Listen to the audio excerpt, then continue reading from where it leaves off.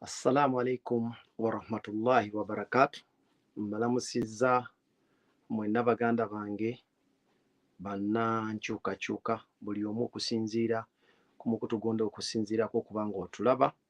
Amanyaze makanga jaffa naku z'omwezi ziri 12 omwezi gwa kuna omwaka 2022. Programu yaffe eno tutambudde nayo okumala ebbanga nga kakati we tuli actually tuli ku episode ya 26. Program tugiyita Mission 2021 nga mission yeyo gye tuliko gye tugoba nga ekigendererwa kyayo era ekikulu kyekyokumamulako kawenkene nakyemalira tununule eggwanga lyaffe tulijje mu buwambe bwe lirimu mwe litambulidde ebbanga lyonna n'okutuusa olwaleero. Tuzze tusoma ebintu bingi okuva gye twatandikira nga bulijjo amatendo ga Mukama Katonda oyo asiimye nze naawe okubanga tukyalimu abo abakyassa.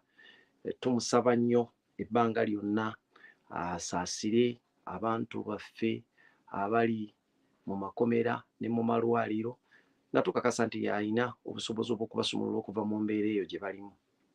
Ate era ne twongera okumwebaza olw'ekyengera ky'obulamu nga tukakasa nti bannaffe bangi akibaggyeko wabula ate ffe n'akitulekera nga tetulina kye tumuwadde wabula okuggyako okuba nti akitulekedde tusobole okuba nti tumwesinza. Bwe tutyo yennono yaffe era kwe tutambulira n'obwesigwa bwaffe buli mu ye n'obukakafu bwaffe nti bwe tunaamwesiga ne tukiremerako ne tukakasa yagenda okutuwa okwenunula kwaffe tusobole okujja eggwanga lyaffe mu buzibu na bino bye tukaaba abaana baffe mu bate baganda baffe bababonyaabonya obutali bwenkanya obuli mu ggwanga oyo yekka yabulinako obuyinza era yasobola okutuyamba ne tubuvuunuka. Ekikulu tutegedde ne tukitambuza. Baganda bange bali mu kisiibo saba Allah atwongere okutugondeza era atusobozese okukisiiba n'empeera yakyo agituwe mu bujjuvu. Tuzze tulaba bingi nnyo programu eno nga bw'etambudde, twalaba omulamwa gwayo yajja etya, etandikira luddawa na kiki kye tugoba ekituufu. Tuzze tukituukako naye nga bwe twakisoma n'abalabi baayo ne tubalaba tugamba nti ffenna tuli beerabize naye omwerabize omulungi yo yakkiriza okujjukizibwa. Tutuuka ekiseera ne twerabira naye nga ye omulabe waffe nabagamba kyemuba mutajjaawo temwerabiranga nti omulabe gwe tugoba ye tatwerabiranga.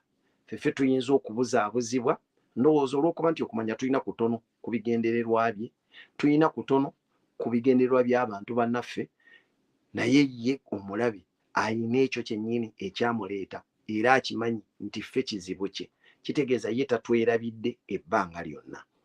Kati kyannaku buli lw'oliraba nti alina kyatandiseko nabagamba Museveni tatandika ku kintu nga tagenda kiggusa era gwe ne bwe weerabira akulekamu katono naye ye n'asalawo n'akola ki n'akuzaayo. So baganda bange mwenna buli omu w'oli tambulanga ng'ojjukira nti abalabe baffe tutambula nabo. Nenkutemera nenkugamba nti abalabe ba struggle eno olwaleero ku mutendera gwe tuliko abasinga obungi bagenda kujja boogera nga bwe twogera. Be muba musinga okutya be boogera nga bwe twogera, be bambala nga bwe twambala, be batambula naffe ebbanga lyonna. Babi nnyo n'okusinga omulaba oli ow'olulango kubanga oyo mwangu wa kwewala naye bano tubasembeza ne tubakkiririzaamu ne tutambuliraawo mu kubuzaabuzibwa n'ebizibu byayinza otutuusaako nga tetubyetegekedde kuba tubeesiga. Nabagamba nti ekirabo people power kye yajja okuwa abantu ekisookerwako kiri kimu, kyakuyamba kuddamu kufuna access ku bwongo obwo, ekyokulwanyisa ekirina kyo Mukama Katonda kye yatuwa okiwamba oddemu okikwate.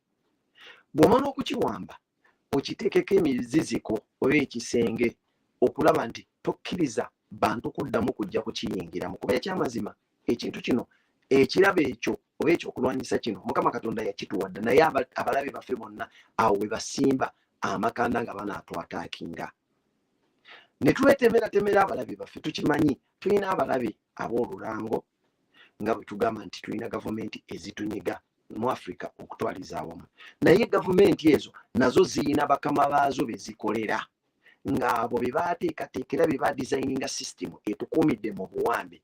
Enjegere ze tulina ezitusibiddwako zirenjingira mu bintu bingi nga system gye tutambuliramu yonna okuva ku designing engeri gye tusomamu, engeri gye tukkirizaamu, n'engeri gye twetwalamu, gye tulabamu ebintu yonna eri set ku kutunyiika na kutusibira mu buwambe ebbanga lyonna. Kati kiba kitegeeza bwe muba mwagala okwerwanako okwejjayo mu buwambe obwo, mwina okulaba balabe ki abatuufu bimulwanagana nabo naddi bwe mulwana nabo. Ekirala ne tutunuulira nti ebintu bingi nnyo bye twakiivinze bukyanga tujja ne tutandika.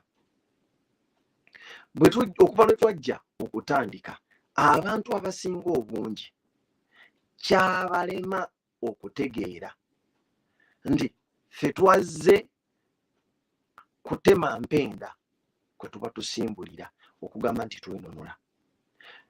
Then ng'abasigadde bakupiikinga okwo omumuli batuggyeko nabo omumuli bakopereko nabo bakoleeze ebitundu byonna byakirwe omusana gw'okwenunula, nga tumaze okwidentifyinga nti omulabe waffe ali omu okuva egindi n'egindi. Ekyo bwe tumala okukitegeera, then kiba kisigalidde kunyweza mitima gyaffe kulaba nti tunywerera ku nsonga eyo. Naye ensonga eyo egenda tukalubirira nnyo okunywererako olw'ekizibu kye tulina era kye tutambula nakyo, nti ffe ng'abantu tukyagaanye okwekkiririzaamu. Tetwemanyi kiki kye tuli na kiki kye tuzitowa. Kyekirabo people power kyebagabira nti ekuwa okumanya nti nze nannyini Uganda era ensonga y'okwerwanako ekwata ku nze, nga sinnayita muntu mulala, nga sinnasaba muntu mulala. So baganda bange, awo we tugenda okusimba makanda olwaleero tutunuulire ebintu bino. Achievements zaffe tuzirabe era tuzitegeere n'amakulu gaazo, ate n'ebintu bwe tuba tubirabye tutegeere kikola kitya. Then mu identifying abataakinga achievements zino mu kugezaako okuzikuba, era mumanye n'omulamwa gwe baliko lwaki bagezaako okuzikuba. One, okugezaako okuzikuba kwe kulaba nti mmwe bannannyinizo mukirabanga ekitali kya mugaso. Naye omuntu yenna bw'otandikanga okulaba nga akola constant attack ku ky'oba okola, oteekeddwa okuddamu emabega n'obuuza lwaki omuntu ono ekintu kino akikuba. Lwaki akikuba constantly? Bw'abanga mu kukikuba azza akukijolonga nga bwe bagamba nti ffe tugamba mu Luganda nti omweyogereze takusuuza kayanziko. Bwe tuba nga twajja ne tugamba nti tuliwo kununula ggwanga, era bino bye bikolwa byaffe bye tugenda okukola nga tununula eggwanga. Gwe naawe bw'obanga weerimbise mu kifaananyi kya kulwanirira ggwanga dinunula, bwe tubanga ffe bye tukola tukwataganye nabyo, lwaki amaanyi g'okozesa okutukuba togadaivatinga n'ogakozesa ku kukuba omulabe waffe gwe tugamba nti ffenna mulabe waffe waawamu nga naawe tukugasseemu? Mwebuuze, lwaki omuntu yanditutte obudde bungi nnyo nga akeera ku makya n'akola vidiyo oba n'akola posti zonna ze bakola mu kugezaako okujolonga ekyo kye muba mukoze, n'atakola bikuba nakyemalira, n'atafokasinga ku bikuba nakyemalira naye nga afokasinga ku bikuba mmwe. Nabagamba nga tutandika omwaka guno nti tugenda kutuuka ekiseera akasengejja kano, kubanga kati omwala twagusima wakati, amazzi gagenda kutandika kukulukuta nga twawuliremu ddala abantu nga tebasobola kuddamu kubuuka ku ddeeno kubanga tewaliiwo kye bagenda kusaabalira mu kudda. Bangi nnyo olwaleero, buli ekibeerawo ekikoleddwa, mukazi wattu oba musajja wattu afuba nnyo okuvaayo ajja akijolonge, so nga ate mu bye bakola mu kwagala okujolonga ffe mwe tutegeerera nti abantu bano entegeera yaabwe ya munguuba. Nina akavidiyo ke bantaaginzemu ne bakampeereza, ng'oli yakasaze bulungi n'akola n'omugundi ne heading nti Bobi Wine ayitiriza alina ekigambo kye yakozeseza ekyokuvuma somehow, nga mulimu omukyala n'omwami babiri, oli akasaze bulungi n'asalamu ebigambo ebivuma ng'agezaako okulaba ng'atutyoboola. Nali nagaana okuddamu ku addressing abantu bano, naye lwaki nvuddeyo nkya addressing nti ate nina omukutu kwenkisanze nga waliwo n'abamativu mu kwagala nokidifendinga era ng'oli akireese ng'amanyi nti ayina ettoffaali ly'asobola okukola. Ekyamazima kiri nti wadde bitudreiringa ne bituzaayo emabega, naye tuyina abantu baffe bangi nnyo abakyali mu tengetenge mu kutegeera, ng'era okumuwugula kyangu n'ebigambo bino. Oli azze n'agamba nti Bobi Wine nga bwe nabagamba okusooka baleeta ki statement ekigamba nti struggle baagitunda, nti abo struggle baagiryamu dda ssente, struggle Museveni yagigula. Ne tutemaatema kubanga omuntu omuwumbatuutu aba n'omukisa nti mwangu wagoberera byayogera biba byangu byakutegeera. Omuntu teweetaaga kulowooza nnyo okutegeera byayogedde. Kati problem okubitegeera okubiwulira obiwulidde naye otegedde amakulu gaabyo.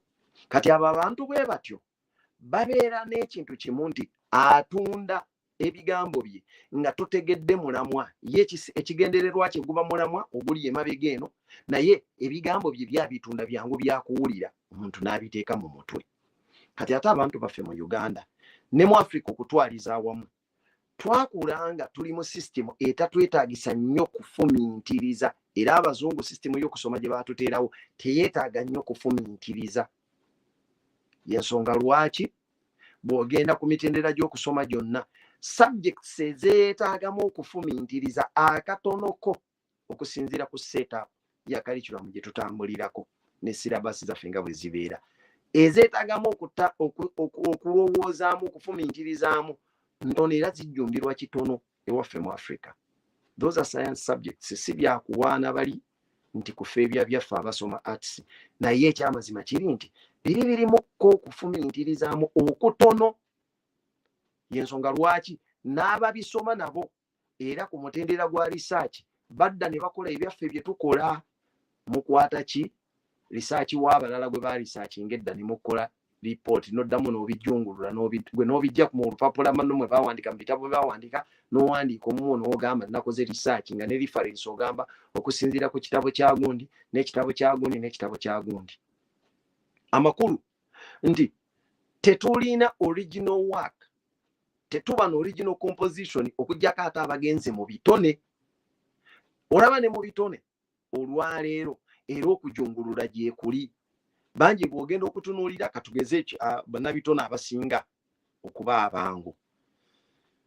Ndowooza bw'ogenda kabibeere skills nga bazannyi ba mipiira, bazannyi baki batono nnyo ewaffe mu Africa bw'ogenda okulaba ng'ayina kye yayiiyizza bw'ebanga skill oba yakudribblinga mupiira oba kujagolinga oba kukola ki, nga ye yagyeyiiyiriza nga yasoose ogikola owaffe mu Africa, bajja kuba batono era beenyooma mu ekyo. Ajja kulinda omulala kye yakoze omuzungu kye batenderezza waakiri amimikinga ekyo akiddemu emirundi gyonna.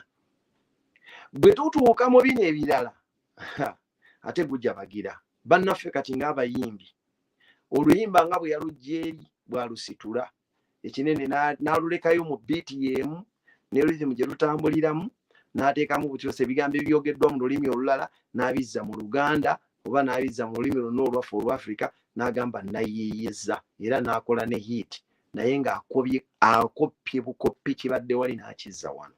Kati eyo system gye twakuliramu. Kyova olaba wano kyangu nnyo okubuzaabuza abantu. Ojja n'ekintu olinga omulimu gwabwe kutuulawo ne bawuliriza buwuliriza naye okufumiintiriza bagambe nti naye omusajja ono kyagamba ddala ddala kijja mu bwongo obwange n'akitwala nga bwe nkiwulidde. Batono ddala nnyo nnyo nnyo abakyakikola. Era ensonga lwaki kati tujja kuvangayo ko olw'olumu tweweeyo chance egamba owaayi mumanyi katumali gagamba ku bantu bano embeera eyitiridde bususse ogw'omulamuzi katugezeeko okubagambako, katugezeeko okubajjukiza ti ekintu kyemukola si bwe kiteekeddwa okuba, kyemukola kikyamu, kyemwogera kirala, ekituufu kye kino. Mu butuufu wensitukidde okuddamu okwogera ku kintu kino nga ndabye abantu bangi nnyo twadibankinga ekintu kya struggle baagitunda ne tunnyonnyola abantu struggle kitegeeza ki era n'ekigambo kutunda kijja kitya. Ng'omuntu alina amagezi ategeera nti ekyamazima kiri nti struggle is an ideology that no one can purchase, neither no one can sell. Any sensible person tasobola kutuula ku makya n'agamba nti ayengeji nze mu ddiiru yakutunda oba kugula struggle. Bano bonna bye bayingiramu ab'emirundi ebiri baagala ku affectinga mindset yammwe abasigadde abagitegeera. Naye nze nabagamba nti gye bbanga lye tunaamalanga waliwo abantu babiri basatu omu nga struggle eno bakyagikiririzamu nga bagitwala ate nga yeggwe si mulala gwe totunuulira balala bonna. Abantu bayinza okuvaayo nga boogera nnyo, bayinza okuvaayo nga bakoze bingi nnyo, batambula beekyanga bakola batya. The only person that matters in this struggle is you. Omuntu asinga okuba ow'omugaso mu eno struggle yeggwe. Gwe bbanga ly'onoomala ng'ogikiririzaamu teriyo kigambo omuntu kyasobola kuleeta n'omala gakkiriza nti kituufu baakigambye okuggyako ky'olikeera ne weegamba. Olunaku lw'okeera nga n'okkiriza nti struggle njiriddemu olukwe lw'omanyanga nti struggle eriiriddwamu olukwe gwe. Naye tebakugambanga nti gundi kuba mu struggle temuli banene, ekyo tekibaayo, eyo tebeera struggle. A revolutionary struggle tebaamu banene. Nga lwaki kiba kyabunga tutoli okuvaayo n'akugamba nti abeetuuma bajjeno mweno struggle bakyamu tebateekeddwa kweyitibwa bajjeno. Gwe weesalirawo nti kati nze njagala mu kusinziira ku mpulira gye neewuliramu ne ranka kwenja oli wa ddembe n'okwefuula field marshal. Bw'omala ozimalayo n'otuuka waggulu kati kankomewo ku private nziremu nziddemu buto, kubanga oyinza okutuukayo n'ogamba nti ntuuse ku point of satire ndabanga atakyalina kye neeyongerako kanzireyo nziremu n'amaanyi gano nkomewo nsituke buto nga neezimba.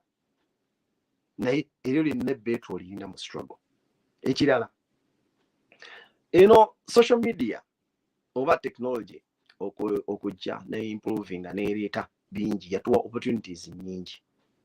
Of course olw'okubanga sensitization yali ntono, okusoma kwali kutono kuyongeze ate nejjegwa mu bantu nga omanyi omuntu ng'abadde mujego oba abadde mukopi ojja okigezesa omukopi bw'afuna ssente bo bwagaggawala ng'abadde mukopi bw'atuuka mu bintu akola n'ebyewuunyisa. Nze nalina omuntu wano yajja okuva e Uganda eyo naye najja nga musuubuzi alina ebintu byagala okusuubula n'ambuuza wawe ebiri. Of course ng'atambudde mu bitundu bya wano abamu basinga okumanya, naye nalina ekifo kye mmanyi nga kiri walako okuva wano mu prefecture gye tulimu. Nenkera ne muganja kutwala mu prefecture gyendi nkutuuseeyo waliyo ebintu. Of course nze nali ngenzeeyo nga mbirabye ne mmanya range y'ebintu by'ayagala mu bigwa, but because he had money he had greed as well. Bwe mutuusaayo n'atuuka mu bintu biri yagwako bigwe buli kimu ng'akyagala n'asooka akwata ku kino n'akwata ku kiri n'akwata ku kiri ne mugamba mu kifo webiri tuliwo babiri nze naawe ate nze nkuleeseewo siina wano kiriwo kye simanyi. Bamukakkamu ssente zo ze zijja okusalako. Naye nga buli kyeyatunulangako ng'akyagala yatuuka ku extent nga abigalamirako bugalamizi. Kati geega amaddu omuntu okugwa mu kintu ng'abadde takisuubira bye biriwo. Ne social media bwetuwa ebbeetu ly'okwogera tetwewa limiti.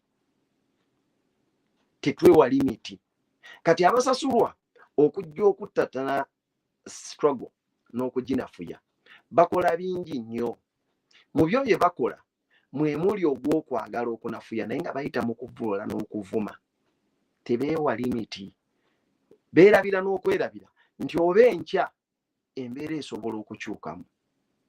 Bw'obadde ovuma olwaleero n'ebigambo ng'olina protection gy'olina olwaleero ekukuumiddewo mweyo embeera nti obudde busobola okukya ku makya nga ebintu bikyuseemu, nga protection eyo tekyaliwo ng'oli ku mmase.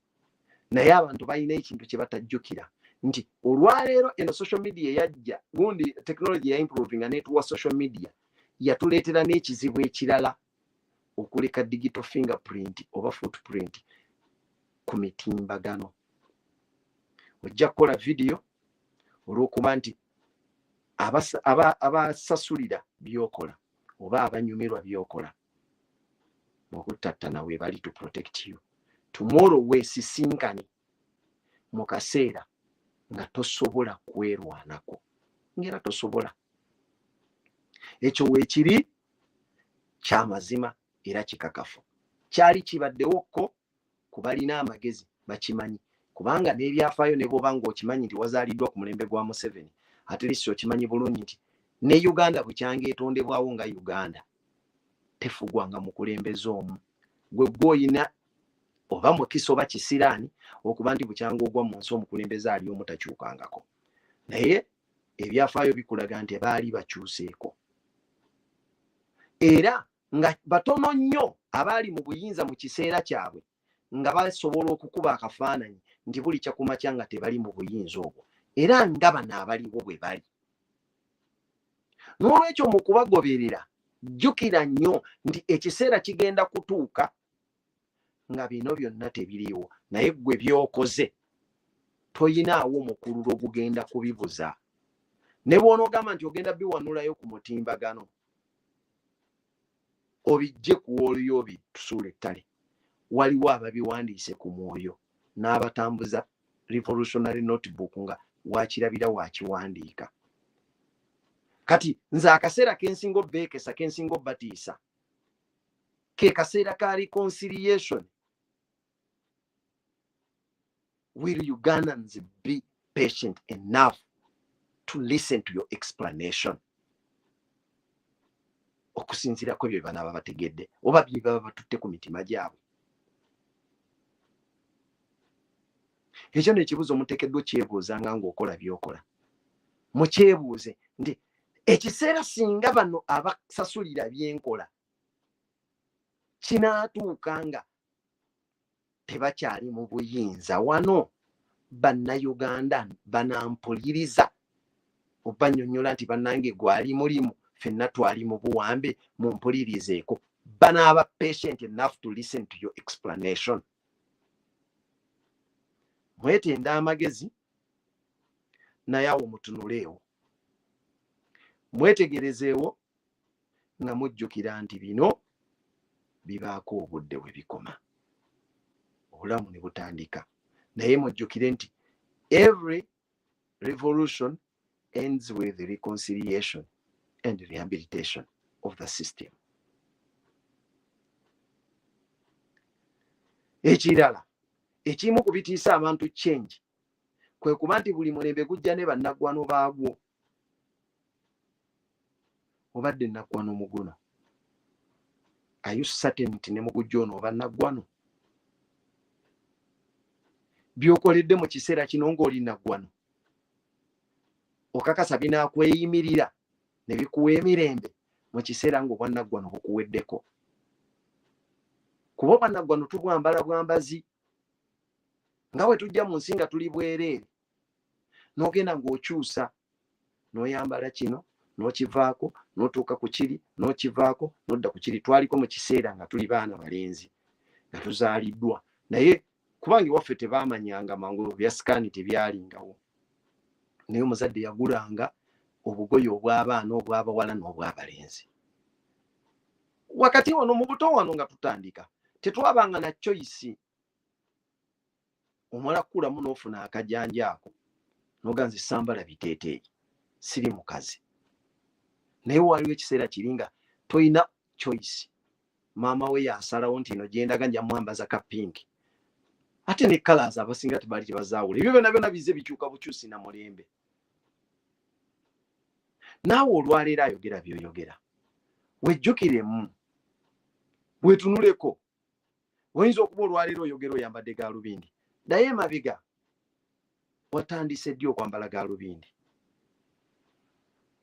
oba za musono oba za maaso. Oddeyo okijjukire nti either waliko mu mbeera nga tosobola ku affordinga gaalubindi nga ate wali ozaagala naye kati oza affordinga, oba waliko mu mbeera nga amaaso go gakweyimirira osobola okugakozesa nga toyambadde gaalubindi. Olwaleero oli forced olw'embeera eyo. Learn to appreciate changes in life and acknowledge that they happen. Tebaayo mbeera ya lubeerera. Tebaayo mbeera ya lubeerera. Started with a warning, then I want to lecture you ku kino. Oyinza okuba ng'osobola okuvuma. Ebyo nabagamba mu ebyo muli bawanguzi. characteristic ya Museveni n'abamugoberera, being the right of the script gye bagoberera bwe batyo, ebyokuvuma muli bawanguzi okujeregerera abantu, ate weewuunye basiru bannammwe abasobola okusaakanya ku ekyo ne basanyuka ne baseka mulina bangi. Kubanga ekyamazima kiri nti nabagambye nti muddeyo mu bibiina ebyalimu okufumintiriza okungi n'omuwendo gw'abasomeramu guba mutono. N'olwekyo bano abavuma n'abaseka n'abakola batya omuwendo gwabwe gulina kuba mungi era gugobererwa bangi, kubanga tebyetaaga fumintiriza kungi ate abantu baatuteekawo nga tulina kuba spoon fed. Ebyokufumintiriza twala obudde okubyenyigiramu. Ensonga lwaki programu eziteetaaga kufumintiriza kungi omuwendo gw'abazira baguba munene. Bw'oba ng'ozze kuvuma abasanyuka baba bangi. Lwaki? Okufumintiriza kuba kutono ku bintu ebyo. Achievement yaffe akansooke ndowooza ku lecturinga bano ku kyo, oba nsooke kunnyonnyola mmwe achievement eyo twabyogerako. Ndi ekisooka nga bwe mbagambye wali ku ntandikwa nti bannange bw'olabanga abalabe bo bakuba ky'oliko oteekeddwa okumanya nti gw'oliko mulamwa mutuufu. Ne bwe bakikubanga nga bakijerega weebuuze lwaki bandyagadde bwe baba nga ky'oliko bwe kyakuleeta kyakubajja mu ntebe. Lwaki bw'oba okola ekitalinayo kye kigenda bakosa ate bakijerega. Kyotegeeza bo bakolerera kwagala kuva mu ntebe. Omweyogereza takusuuza kayanziko kibeera kitegeeza nti bakozesa reverse psychology, beefuula abakikuba nga abatakirumwa osobole okuggwamu amaanyi okiveeko. Omuntu alina amagezi onyweza bunyweza ekyo ky'oba okola. Attacks ze mulaba batadde ku president buli lwagenda n'akyala mu mawanga g'abazungu ng'ayitiddwa okwanja ensonga ku platform. Museveni akifiiringa era akimanyi nti kimu affectinga. Naye aleeta bano abawutta abawuzi b'omunyama beefuula abakivumirira kubanga ebigambo ebivuma balina bingi, basindiikirizibwa mu ssente gwe baba basuubira, mpozi ne gundi gye babawa protection gye baba basuubiza ey'ekiseera kye batamanyi nti ya kiseera. Ng'agamba nti mubakube bave omulamwa ogwo bagwetamwe baguveeko waakiri. Ate nga nabagamba nti ffe bano balabe baffe, Museveni n'abantu be balabe baffe, naye ate ne baakolera abazungu nabo balabe baffe. Kati abazungu nga bw'olaba Museveni bw'abadde disguised dictator, nti aba dictator naye ng'ataddewo elements of democracy mu bifaananyi. Nga bwe mulaba nti tulina palamenti ey'ekifaananyi etalina mateeka gesobola kukola okuggyako nga Museveni yagabagambye nti ebyo mulikole. Nga bwe tulina ekitongole ekiramuzi ekitasobola kuyimirira kwetengerera ku kusala misango nga balinda abantu bataasoma lo okubabuulira ensala y'emisango. Nga bwe tulina buli bukiise bwe mulaba tulina obukiiko obukola kunoonyereza kulwanira eddembe ly'obuntu, ddembe lyaki, naye nga tebuyina ekyamagezi kye buyinza okukola lipooti, naye nga tebutawaana nakola follow up ku lipooti ze bukoze, oba zikoze omulamu oba tezikoze, zituuse oba tezituuse. Ekigendererwa kyazo kya kuzikola nga kuteekawo nga bifaananyi. Ne bazoogerako tulina ekibiina ekirwaniriza eky'eddembe, tulina akakiiko ka kino, tulina akakiiko kaki. Ate muzenga mu biraba wano tugenze nga palamenti eyo ebaddengamu scandals eza ssente, naye nga bakola akakiiko ne bagamba tukoze akakiiko akanoonyereza ku kino, ne tukola akakiiko akanoonyereza ku kiri, naye nga kafundikira akakiiko ako kamaliriza ng'ate nako keetaagako akakiiko akalina okukanoonyerezaako ku mivuyo almost gifaanagana n'egyo gye kajja okunoonyerezaako. Ng'ekigendererwa ekyo kyonna kiri ki? Kuba kuumiraawo nga mulina ekibo kyupayinze eva muteekeddwa okuba n'ekibo kyupayinze nga tekibatwala mu maaso nti mugenda kijjamu omulamwa naye nga kiba okyupayinga ne mubeeraawo. Temulowooza nti kikoma eyo n'emigutu gye tugoberera egisinga kaakati olwaleero omulamwa gwagyo gwa tukuuma nga tuli bize, tulina bye tukola, tulina bye twogerako, tulina bye tuwuliriza, tulina bye tutambuza. Abasaveyinga intaneti olwaleero mugiddeko, muddeyo okuva jjo mumbuulire mboozi ki gye musinza okwettanira okutambuza. buli omu dayo obuze mbozi kijje tusinze okwetanira okutambuza olwalero either ng'ovuma abagikoze oba nga owagira mbozi kyesinze bwe mugimaliriza mwebuuze contribution yayo ku struggle ebadde ki muddeyo mwevume eddakiika z'omaze ng'ogikomentingako eddakiika z'omaze ng'ogitunuulira eddakiika z'omaze n'amaanyi go g'omaze okubaako ky'ogikozeeko kyonna okugiwa platform okwongera okutambula just babayiiza kintu mubeerewo so that mufuna ekyokubeerako mukitambulireko tebalina kye bakola nga kiggwa ku olwo kirina okuba nga kijja kubongerayo awaddako era n'ababikola abateeramu bu statement buba preparing nti waliwo kyendeeta ekiddako waliwo kyendeeta ekirina okuddako so buvunaanyizibwa bwaffe kubanga kino kyekizibu era kyetulina nga ffe one twagaana okwawula emotions zaffe mu struggle. We've failed completely to control our emotions as regards matters of a struggle. This struggle only requires your brain, not your emotions. And if you let emotions control or take over your brains, chiba kitegeeza you're losing control of yourself. Tulwane nnyo baganda bange twekomyewo buvunaanyizibwa bwaffe okwekolamu omulimu ogwo okwekomyawo kwekyo kye tuteekeddwa okuba nga tutambulirako. Teriyo omuntu mulala agenda kukitukolera. Museveni yasooka n'atuula ng'atulaba tugenze, and indeed speed gye twali tutambulirako 2018, 2019, 2020 yali y'amaanyi. Yafuna mukisa, COVID najja n'agezaako okuddamu okukomawo. Naye era n'ekirala kye yayina kye twali tutanazuula nti ffe twali tukyagaanye tulina we twatuuka ne tukona. One tetwagala ku separating emotions zaffe. Omuntu akola akantu kamu only one statement bweti n'agikola provocative statement, emotionally ne tubeera overwhelmed ffenna ne tugendera okwo nga teriyo ye wamubudde kuyimiriramu n'agamba naye kino ekintu kitutwala ludda wa, kino kitutwala ludda wa. Singa twewa obudde obwo obuyimirira ne tufumiitiriza ku bintu ebyo, singa tuli wala nnyo. And that is what we must fight. Okuddamu okudda ku leading position bwe tuba twagala.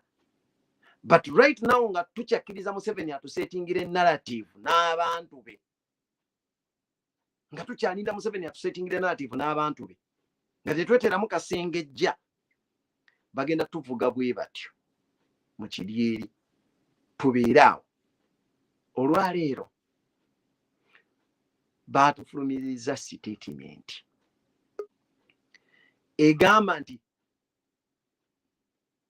President bamwe samoninze n'abalala bali baba samoninze bagenda ku poliisi okunnyonnyola kubanga bagamba nti Oulanyah yaweebwa butwa. Mwaganye okumanya nti ekyateekesezaako President kwe kuba nti statement y'Oulanyah esigala nga etambulira mu mmwe mu discussions okusobola okukimanyiza amatu gammwe n'amaaso n'obwongo kijabulukuke omulamwa gufe.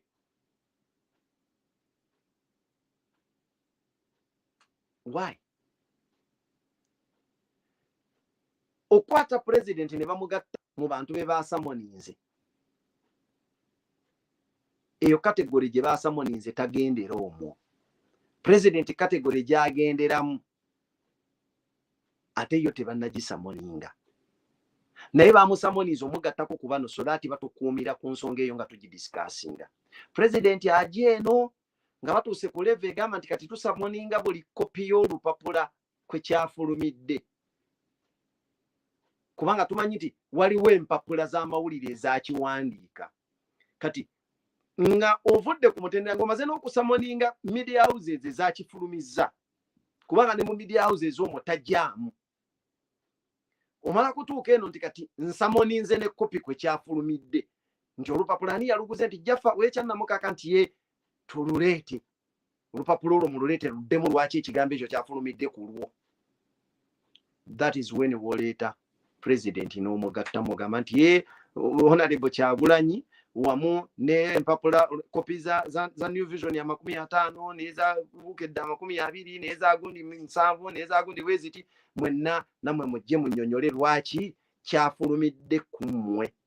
Kubanga ye kye yakola yagamba nti bwe kibanga taata wa Honorable Jacob Oulanyah kyayogera kituufu, then government eteekeddwa okusaawo okunoonyereza. He did not wake up n'afulumya statement nga yagyetaayiriddewo. Lwaki? He did not have prior information about Oulanyah's health. Teyagiyina, and he could not stand n'agiyimirirako. They can't even provide that evidence. But he's added onto the list of people summoned to make us busy discussing the issue. Weewuunye ku mutendera gwaffe bannawoomerwa embona tusobola n'okumanya ebyokuddamu. Ekitegeeza nti ogwo musango guggweeraawo tegulina gye gweyongera wala, tegulina mulamu okujjako okukuuma society ng'eri bize ku gwo. Ate nga nabagamba Museveni ali mu siteeti eya bwembonera nfa bwenjasaamirira nfa, kyakola kyonna kifundikira kibenefitinga ffe. Abantu bonna abagambye nti Oulanyah yaweebwa butwa, bonna bakugamba Oulanyah ye yabagamba. Ekitegeeza bw'oba obaagala okufuna obukakafu, Oulanyah alina okujja n'ajulira ti oyo Kiwanda tantemyeko kigambo nakimugamba. Naye kati Oulanyah okumwogeza ate kooti zaffe tezikkiririza mu mizimu. Omuzimu gw'Oulanyah ne bwe gunaalinnya ku taata we, ku muganda we, ku mwana we, ku ssenga we, kojja we, ani ne gujja ne gwogerera mu kooti. Kooti tejja bikkiriza obwo obujulizi tebutambulirako, kubanga kooti zaffe ziri set nti tezikkiririza mu bujulizi bwa mpewo. Tebazikkiririzaamu mu secular court, obwo obujulizi tebukola. Kiba kitegeeza tugendagenda mu science, kubanga secular court tesobola kudisputinga bujulizi buleeteddwa science. Olwo obeera ogenda tugamba nti let us exhume the body, tugende tukole independent autopsy, kuba mwatugambye mwagala tuleete provision ya autopsy, mwagala proof. The only way we can get the proof eya autopsy nga eri independent, teri coercing eyammwe gye mwaleese ffe gye tutakkiririzaamu, is to give us access to the body, ffe twenoonyezeeko oba ogani, oba tutwala kanyama, oba tutwala gumba, oba tutwala ki, tugende tunoonye. That is how science proves it. Kyokka gwoba weekubye engalike otya, abantu n'omulambo gutunulako wagubamye. Kiki kyokweka? It is best known to you. Kati bw'ogamba nti ogenze maaso n'eno statement, wenkugambira nti kisango kyabwe kyafiiridde we baakiroopedde, tojja kukkiriza abantu kugenda kubikkula mulambo, kubanga olina byokweka gwe byosinga okubanga omanyi. Omugezi muffe kye yandibadde akola, awo we bandibireetedde we twandibibalekeredde ne baddiba nakyo. Era singa tetukitambuza ku social media, singa tekiyina na makulu, because they are chasing a ghost. Ate ghost gye bagoba tebandyagadde bantu kufuna bigifaako, because government ekyo tekyagala. Singa yabadde ekyagala, bagamba akatali kabbe amagumba oteeka mu mulyango, bukyanga lubanga lwa mmindi, ono yekka ye mufu gwe tutatunuddeeko. Mmwe temwaliwo abasinga myaka gyammwe, naye nze nzijukira omugenzi Kalidinaali Emmanuel Nsubuga bwe yafa. However much yali ali obulumbe lumulumye nga lumuyisiza mu mbeera mbi etya, omugenzi twamulabako ne ku TV baamutulaga. Waliwo first cardinal, ndowooza first cardinal mu byafaayo bya Uganda omuddugavu, baali bamuyita Kiwanuka. I think Kiwanuka abamanyi ekereziya awo gundi Lubaga nagendayokko nali muto nali mu primary naye nagendayokko nga tebannamuziika ng'ali mu glass bwati twamulabako. Lwaki? Ekisonde olanya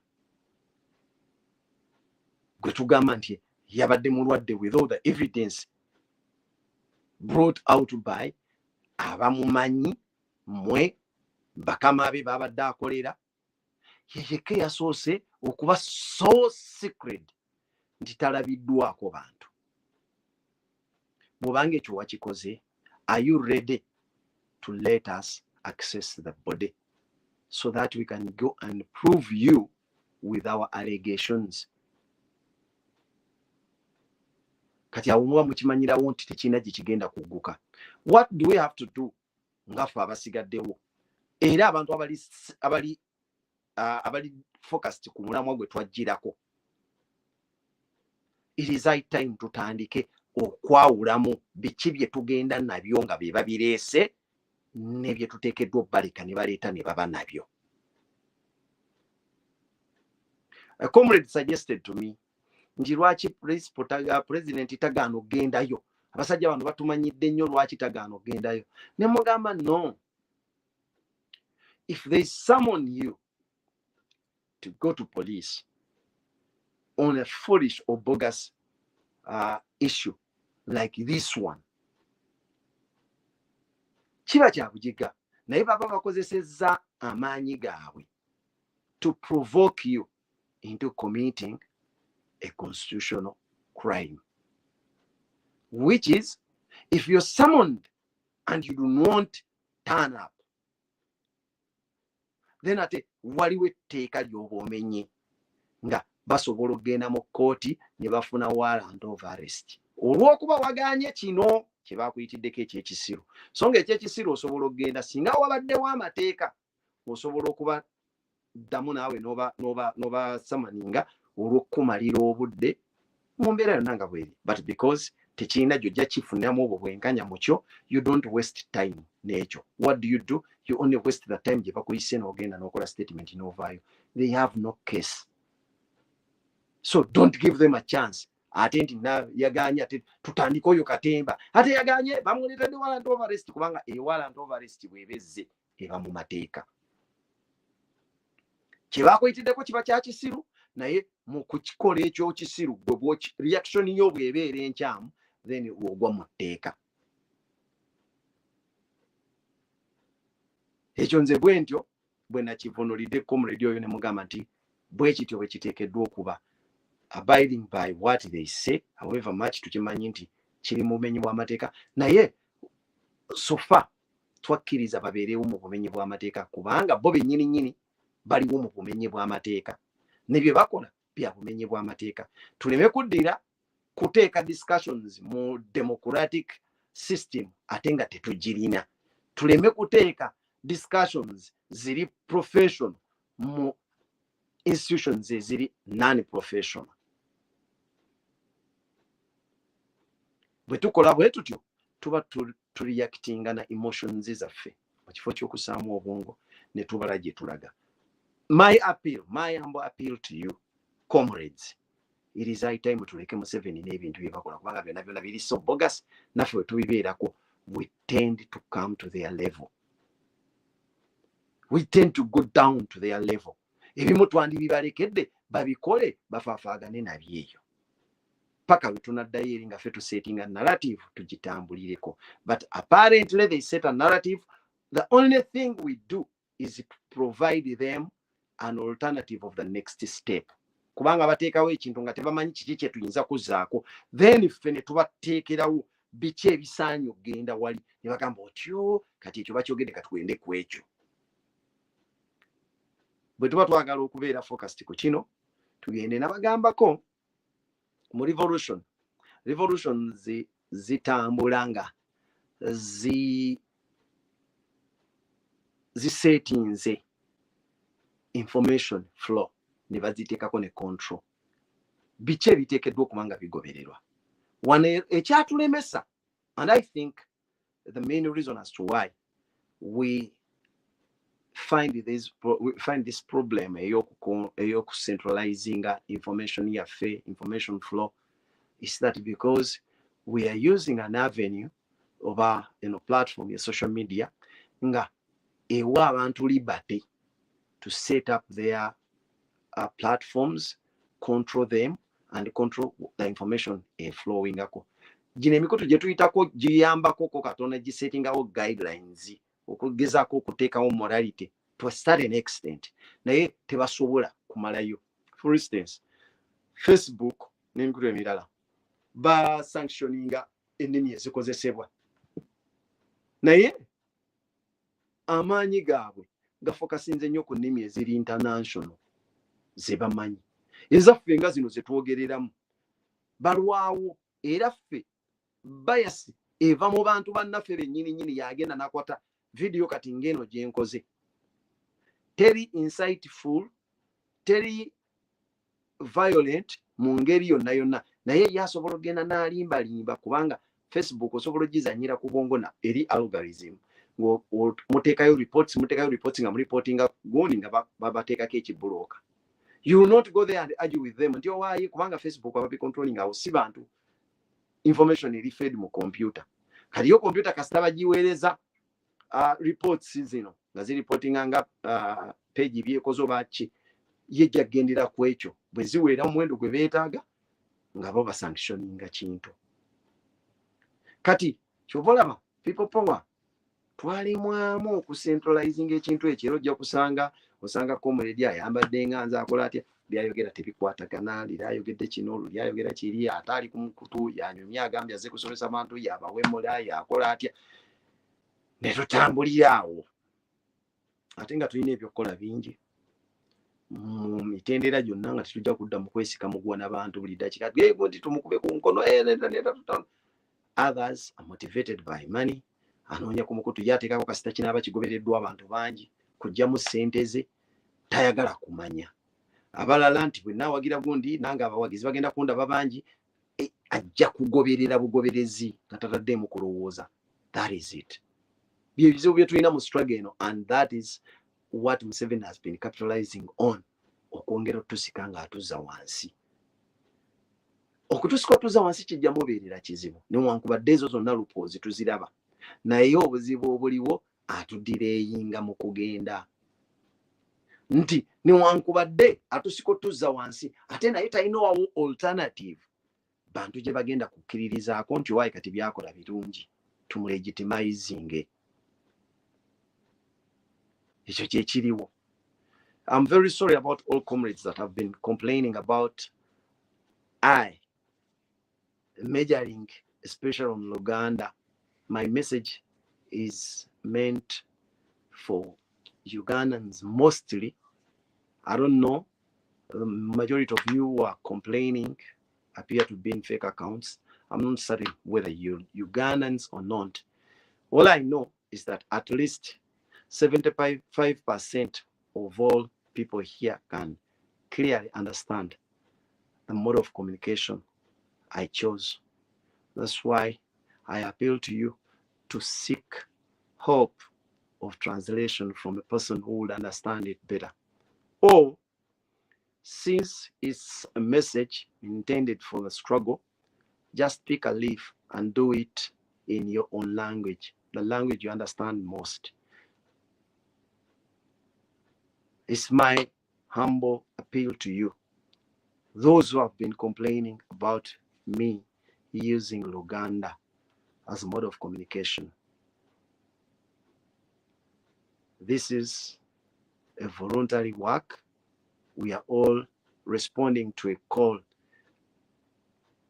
from our motherland for rescue. Don't just sit and listen to me. Pick a leaf and do the same thing. All we need is to mobilize ourselves for a common cause of liberty. On the many platforms, that are doing the same thing. Just help ourselves all to do it. Take it as an obligation that we are supposed to respond to this call from our motherland. Badde negayirira bannange ababadde baweereza wano zi comments bangi nga bagamba lwaki ntadde program nga njiteeka mu Luganda. Mulimu gwange nsinga nnyo kusaba abantu batuggyeko kyakulabirako abikole naye mu lulimi lwawulira lwasinga okutegeera oba abantu bewaabwe banaategeera. Naye ebyo byokudda wano buli ddakiika okuba nga abatupatronizinga nti lwaki mubiteeka mu Luganda. Buli muntu buvunaanyizibwa bwe okwogera n'abantu be. Nze obutafaanaganako mmwe nkakasa bulungi nti bwe njogera Oluganda seerumaaluma lwe lulimi lwange lwensinga okwagala. Actually nalabye omuvubuka ng'agamba nti abamu mugenda mu Bungereza mu bazungu kwogererayo Oluzungu nga lukyamu nentunuulira obwongo obunafu. Olulimi luba lulimi lwe batajeregera muntu. Omuntu wenna otyanga nnyo okujerega mu lulimi lwo nga lwototegeera, era we wenyamiranga nnyo olulimi lwo bwe lukulemanga okutegeera. But a foreign language, my dear brother, you can't score more than you expected to. Waliwo abasajja baali mu conference ya byannimi, yali mu German. Bantu batandika okwogera naye nga abantu balina okwadressinga abantu okusinziira mu nnimi zaabwe. Mu ebyo semina gye baali bavuddemu,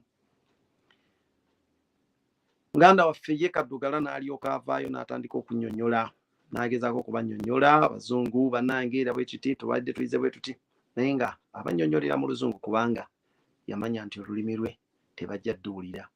Lwaki? Tiffe tumanyi ng'Abafirika tulina eyo gye bayita inferiority complex, ne mu maaso g'abo abantu twenyooma, tubatwala okuba nti bali superior okutusinga, naffe twetwala okuba inferior kubo. What do? We fight so hard to impress them, and we feel prestigious to speak in a good accent closer to that of the Europeans. But believe me, you will never be one. Era batutunuulira mu kubumba tutu bwaffe nga twegayiridde nnyo ne tulwana nnyo bampa obutuuze bweno era n'obutambuza nnyo nti nze gwe mulaba ndi mutuuze kakati olwaleero ndi mwana wa Queen, ndi mwana wa King, simanya nze ndi mwana wa Trump, ndi mwana wa nonsense. And if you have observed leaders like Donald Trump, baba kubira ekifaananyi kisinga okuba ekituufu gye mwandibadde, nga omuntu yenna alina amagezi okwenyumiriza ku kwandibadde nga kwa ggwanga lyo kuba mu ggwanga lyo. Ffe Abafirika tubonaabona lwakubanga twagaana okwetegeera ffe baani. Twagaana okwetegeera kiki kye tuli. Era y'ensonga lwaki n'omulamwa gwe tutambulirako tetugumanya. Mumutunuulire, muddeeyo emabega, buli kintu kiba n'entandikwa kwe kitandikira. Go back and revise the genesis of your cultures. Then look at your introduction to the European cultures. Birina entandikwa. Don't ever think nti twatandika okubala nga tutandikidde ku bazungu we bajjira ewaffe. Bajja ne programu eyaabwe, balina agenda. An agenda we are following up to now. Blindly accepting and following what we do not know. Twasangibwa tulina bajjajjaffe bawangaalawo. Nze ni musajja musiraamu era nzikiririza mu ddiini y'Obusiraamu. But there's some questions I ask myself. Ndi singa tebwajja, singa abasajja Abawarabu tebajja kunoonya masanga na baddu kutuuka mu Uganda nga tetubalabiddeeko ddala katugeze okusobola obuddu tebwaliwo era ne batalinnya maato kujja gye tuli. Konsepti zino zajja nabo abantu baali tebafa bifo kuba tugamba buli afa bw'oba tokkiriza wanoogenda genda muliro. Bali bannaffe abaatusooka bajjajjaffe abaatusooka baali tebafa paka eddiini zino lwe zajja ewaffe. Mukama Katonda gwe tugamba nti wakisa ekingi ate era yewe ettima eringi atta baatasomesezza.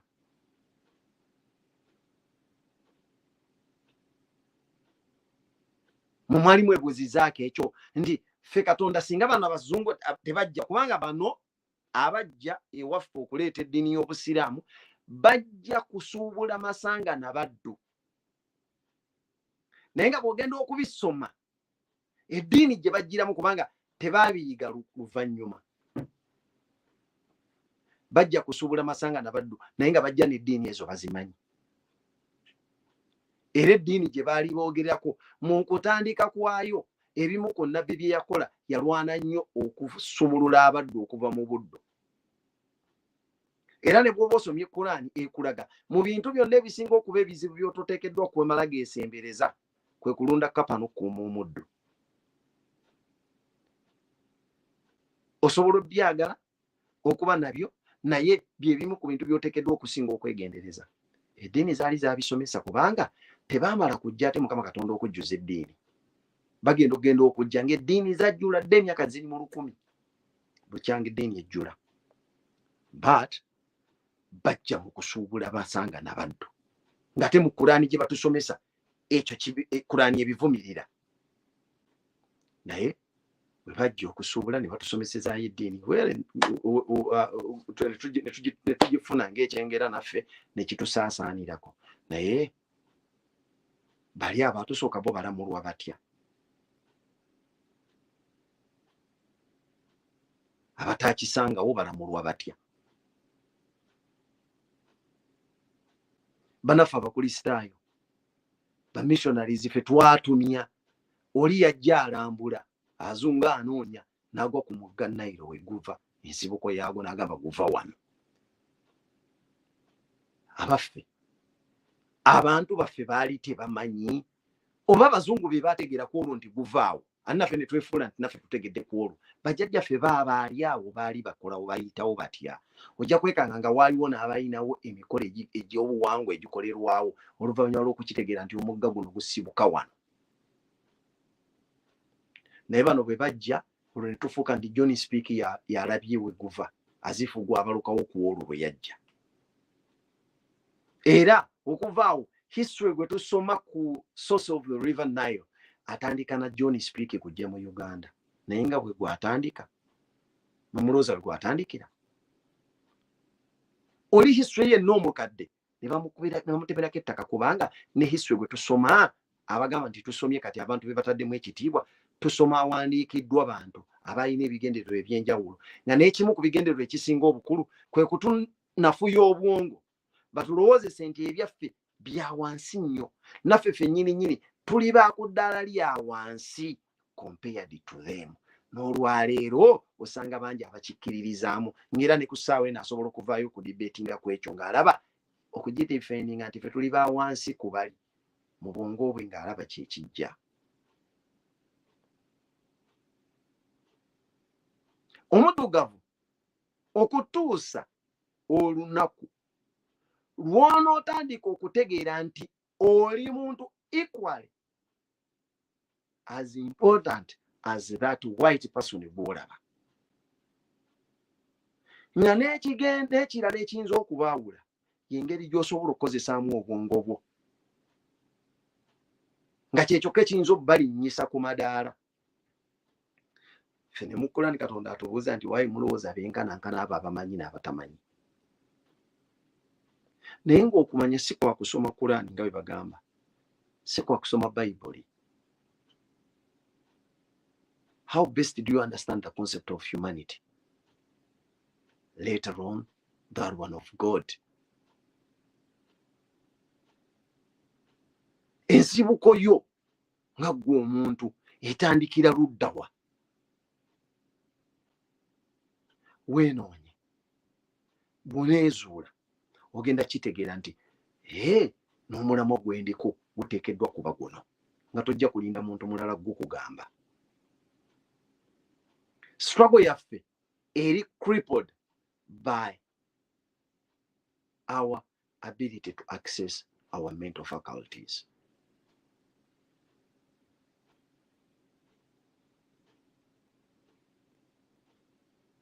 The moment you feel that you let yourself down in comparison to the white man, then you still have a very big problem and a very long way to go as far as humanity is concerned and the purpose of your creation. You've got a culture that God himself made preference and chose for you. The choice of us being blacks and the other ones being Europeans or Asians was never made by us. If it was, then it was during a time when we had nothing like knowledge about the existence and differences in humanity. Actually, not humanity, but the human races.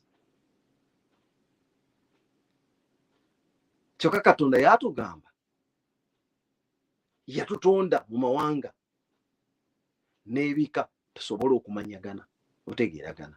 Kati buli lw'ojjawo ekifaananyi ky'okumanya, oba oyongera kwetemerako ttaka.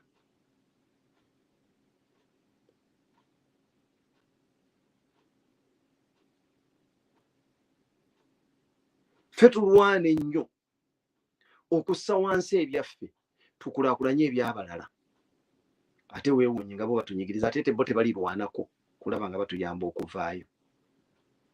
Because they want to manipulate us, they always maintain their grip on us, okwongera otulinnya nga tukka ku ttaka.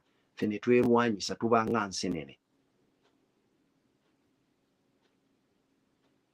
Otunuulira olwaleero Abafirika, waliwo ka vidiyo akatambudde olunaku lwajjo, one of the West African countries I think, ng'abasajja balina engeri gye bapanga bannaabwe ku mmotoka, bakwata ne bakasukayo abantu abalamu, ne bateekako ku mmotoka pick up erimenti okwetikka abantu nga 7 ekinene nnyo ng'ewaffe bwe batikka obubindo, about 7, ne bagipaakingako abantu abasoba mu 20. Weebuuze we baatuukidde mu bano eyasooseeyo oba abasatu abaasoose ku ttaka abakola beesi babadde bakyali balamu. All that was being filmed and that it has gone viral on social media, but only exposing our stupidity as Africans, because this is what you're doing to Africans, fellow Africans. Ne mutuzaayo mu slave trade, times of slavery, we bakwatanga abantu ne babateeka emmere ezo tezaabanga nnene. Actually abamanyi history w'ebyombo ebyakolezebwa ebitambuza abantu ku mazzi, up to we baakola ekyombo kya Titanic, ate tekitambula trip emu gye kitaamalako, ate ne baleeta etteeka erigaana okuddamu okukola ebyombo ebitwala abantu abangi bwe batyo. Naye weewuunye bali abaffe babateekangayo nga babasuula mu basement nga bangi ng'era bye bakakuba nayo batyo, abasinga baafanga ne babasuula mu mazzi. Naye ng'ono akola kimu, maximizing profits. Basobodde okukwata baateeka mu lyato irrespective oba lina asobola okuba accommodating oba nedda. Kati ekyo kyaggwaawo. We are torturing ourselves, same means of slavery, nga it's Africans doing it to fellow Africans. I want you to observe, we gwatuuse ku Russia ng'akuba Ukraine. Almost every other country came out to condemn the act. But look at ourselves. You do it nga tofuddeyo na kulowooza. N'otolowooza nti kino kyoli wayambadde kyambali. Before you became a soldier, you were once a civilian. Why don't you go back and revisit your last day as a civilian? What happened before you became a soldier? And remember that it is just the difference of training and then the attire and the weapons you carry that differentiate you from us. Before you know, you might find yourself fighting so hard to deny ever being part of that group. Olw'amaanyi gakyuse gazze gye tuli. Do you think you will sustain our reaction from your acts? Would you expect mercy from us? Human beings copy. We mimic.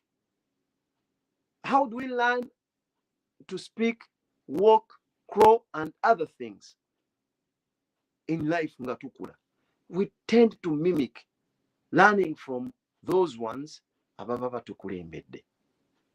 Why do you think that our learning and coping events ended?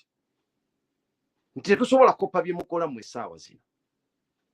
As you torture people, have you ever imagined a time when the torturer becomes the victim? A turn of events. Gw'obadde osibye ng'afuuse akusibye. By'omukozeeko. Engeri gy'omuyisizaamu. How would you feel if they tend to return the favor? Waliwo akagamba nti one who laughs last laughs best.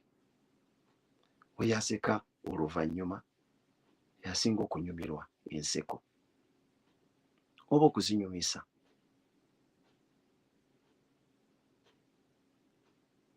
Watya ke kabuzo okuba weebuuza. Naye weetegereze gwani.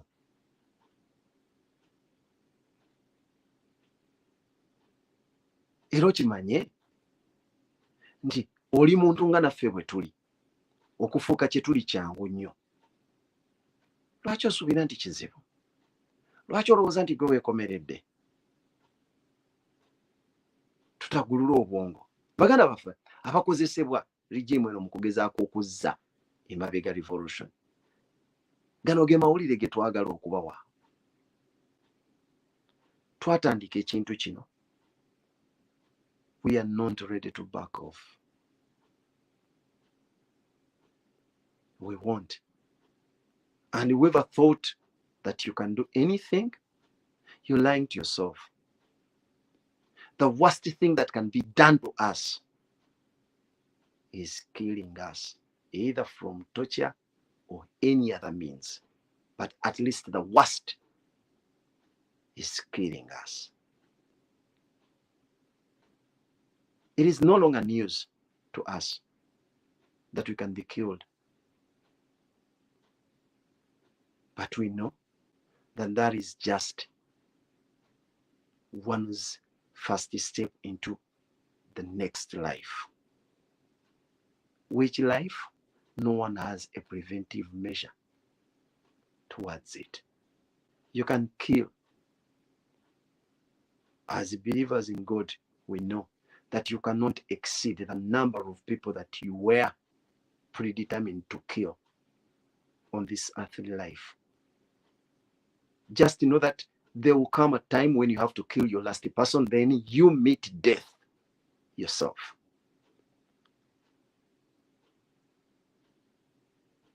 No one can ever hide away from death. Never.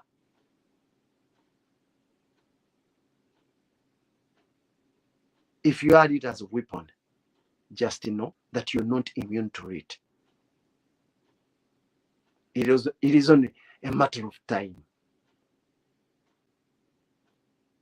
Aya ya Qur'ani etugamba, a'udhu billahi minash shaitani rajim, bismillahir rahmanir rahim, la yukallifu Allah nafsan illa wus'aha.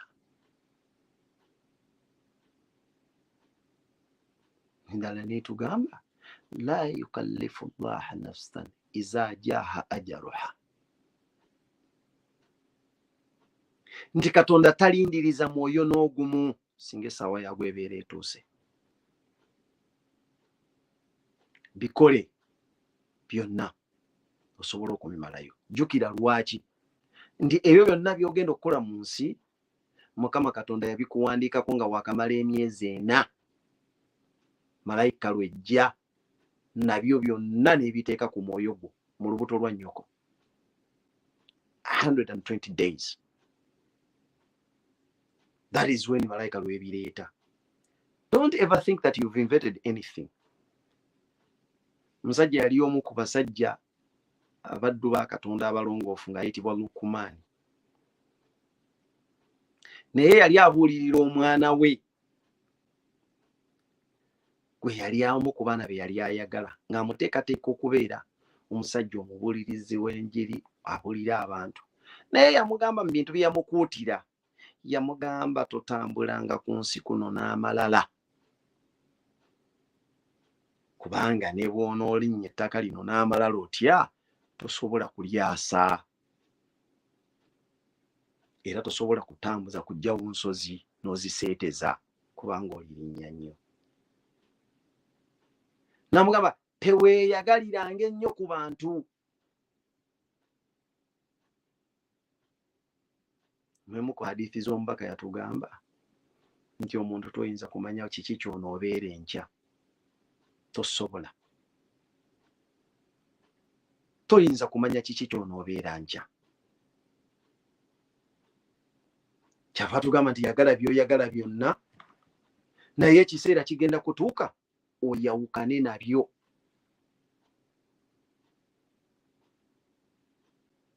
Byagale naye ekiseera kigenda kutuuka oyawukane nabyo.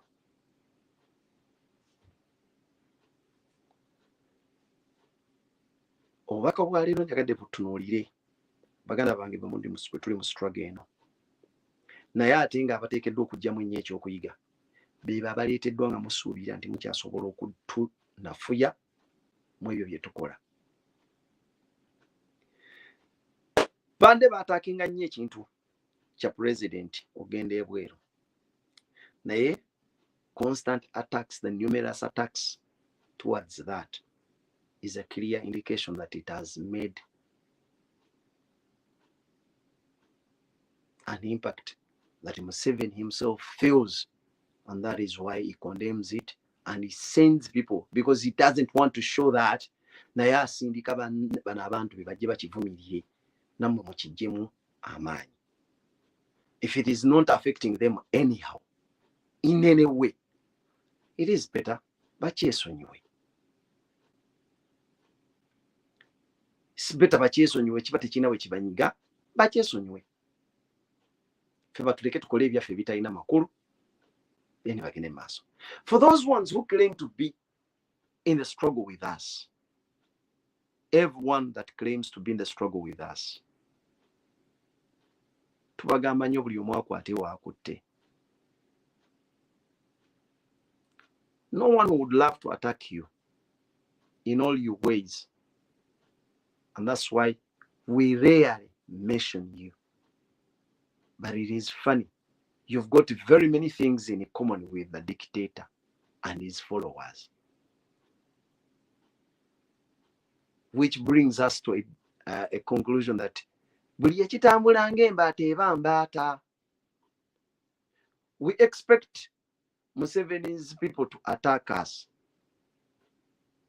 in each and everything we do. But it is quite surprising that even comrades who claim to be comrades in the struggle, instead of focusing on what Museveni is doing, their main focus is on us.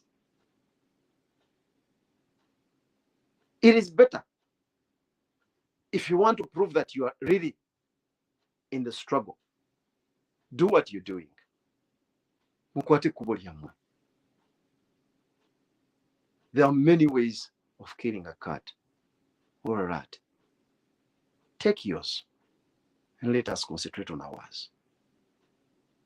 For as long as we've not stopped you from what you're doing, it would be better you stay focused on your ways. Or else we find it very difficult to differentiate you from the enemy, yet you claim to be comrades in a struggle. Others come out to be advocating for justice, the rule of law. But as you try your best to say out what you think, it is all based on us. Attacking a party that has not even been in place for 2 years. Yet our claims for injustice and fighting for liberty have been there in existence for 4 decades and above. We want also to acknowledge we want you to acknowledge your achievements. And we would love to do so as well. But instead of you showing us what you've been doing so that we can add on that, we can build on it, your major focus is on fighting our endeavors, critiquing each and every step we do, letting the junta enjoy your attacks on us and theirs as well. Dividing attention, making us dividing attention, yet it would have been better if we focus on you as part of the other group. We chose a revolution, remember. You are either with us or with them. There is no neutrality. We have no neutrals in this. So comrades, wake up. And I mean these ones that are certain that you were in the struggle. These people are part of the other group. It's not just a claim, but based on their actions. Remember one of our slogans: we shall judge them by their acts. Tulibalabira ku bikolwa byabwe. Revolution kaba kasengejja. Oli bw'aba takayisemu, period. They become a residue. Join us sengejjamu. We go with a solution.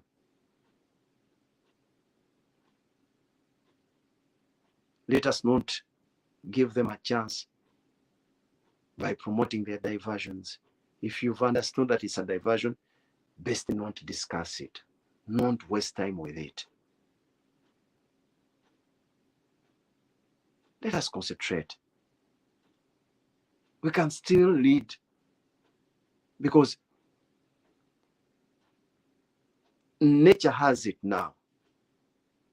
Since we are on the right track, we are following the truth, being guided by the truth, God is on our side. We are only lacking one thing: protection to our brain, to make sure that we guard it so that manipulators do not come and play with it. I trust that we can do it.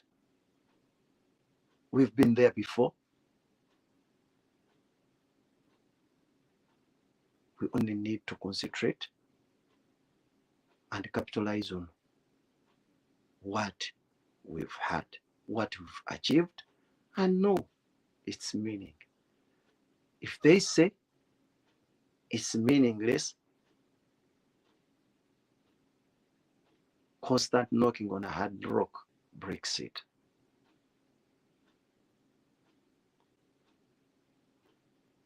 Mweweyo tunywerere ku mulamwa gwe twajjirako.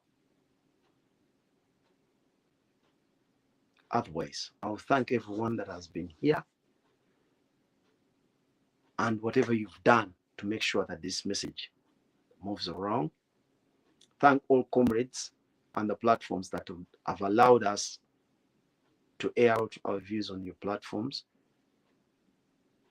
I think we need unity of Ugandans, not politicians. Ugandans, not political classes and the social classes. We all need Ugandans. It's a struggle for us, and the only qualification is being a Ugandan. Consider that. It's your obligation to make sure that the message of liberty reaches each and every person you know. Start from people around you, your close friends, family members, and later on it will spread like a wildfire.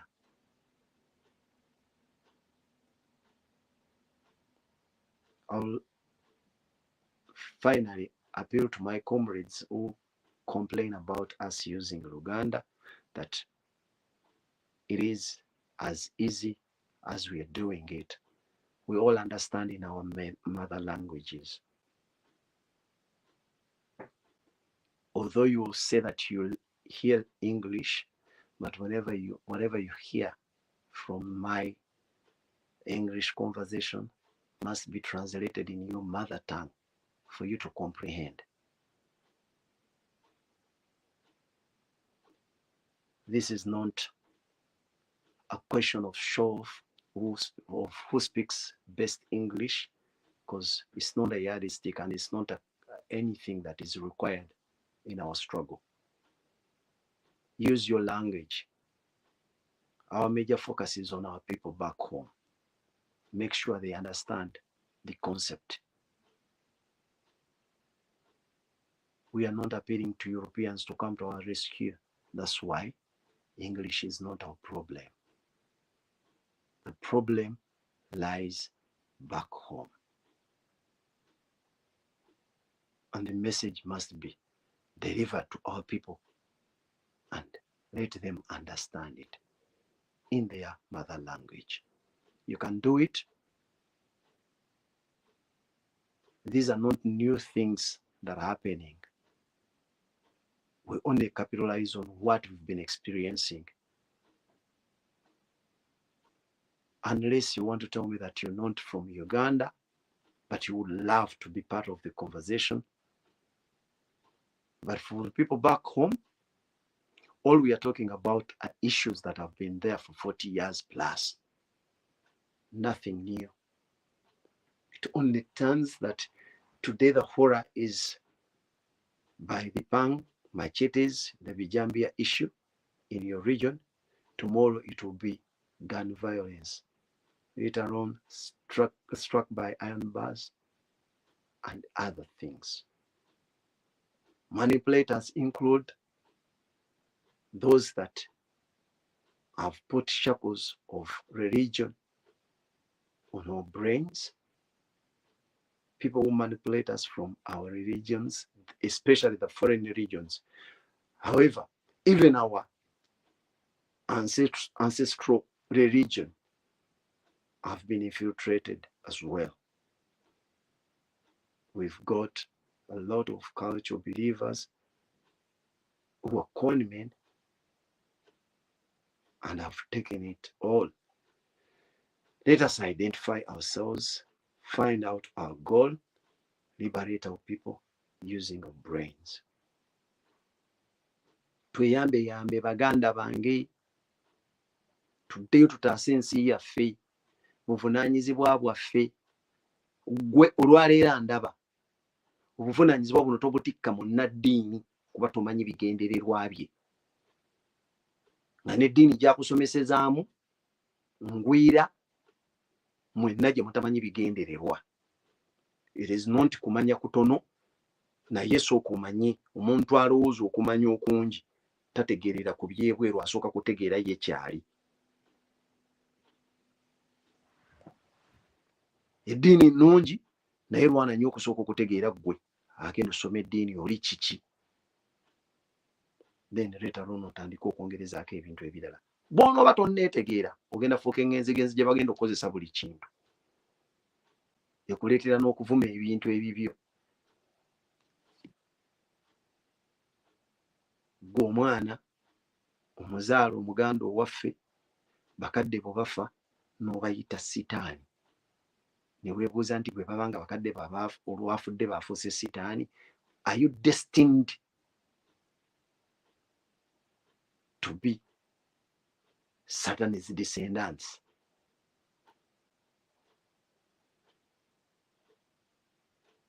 If not, go back and revise, identify yourself.